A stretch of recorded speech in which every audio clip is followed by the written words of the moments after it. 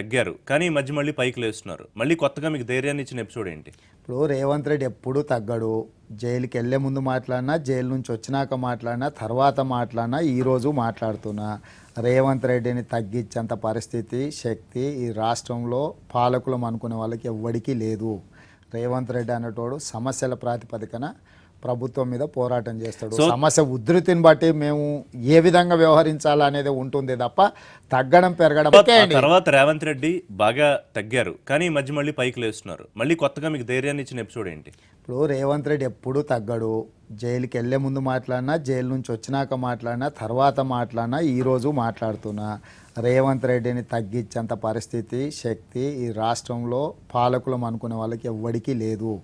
రేవంత్ రెడ్డి అనేటోడు సమస్యల ప్రాతిపదికన ప్రభుత్వం మీద పోరాటం చేస్తాడు. సమస్య ఉధృతిని బట్టి మేము ఏ విధంగా వ్యవహరించాలనేది ఉంటుంది తప్ప తగ్గడం పెరగడం